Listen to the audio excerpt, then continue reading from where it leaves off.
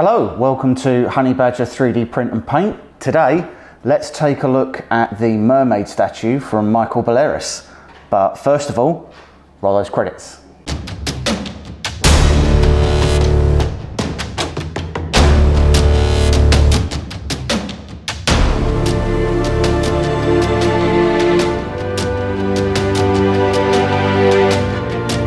Okay, so let's start off with a quick sort of pan around how this model looks now that it's finished.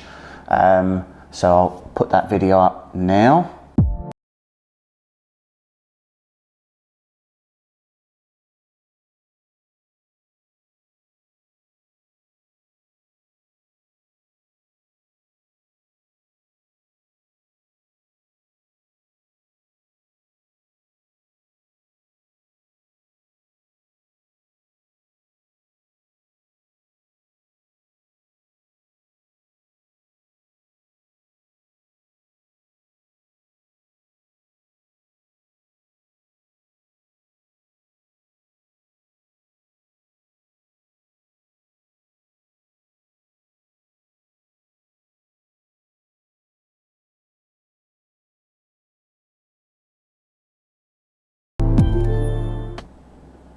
Okay, so as I said before, this is a statue by Michael Belleris. I've blown it up about 250% of its original size, so it's meant to be sort of less than half as big as this.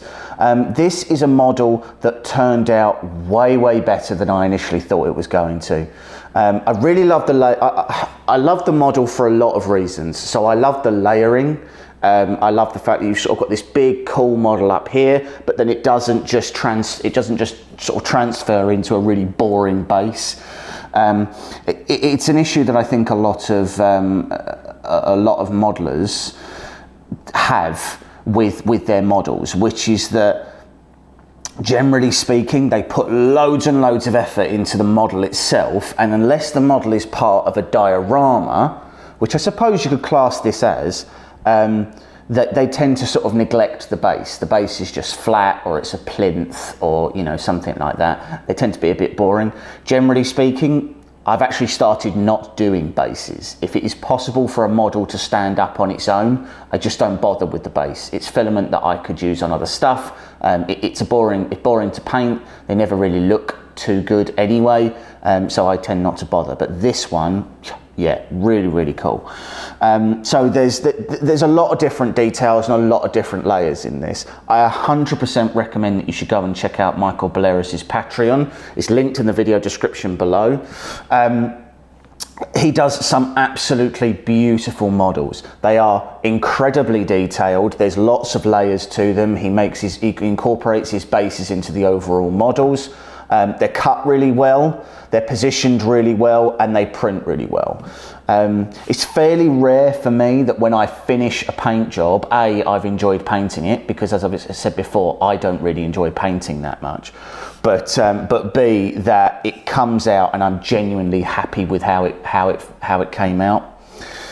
This one I love the way that the green washes came out to make the bones look like they've got algae on. I really love the shading on the eels and things.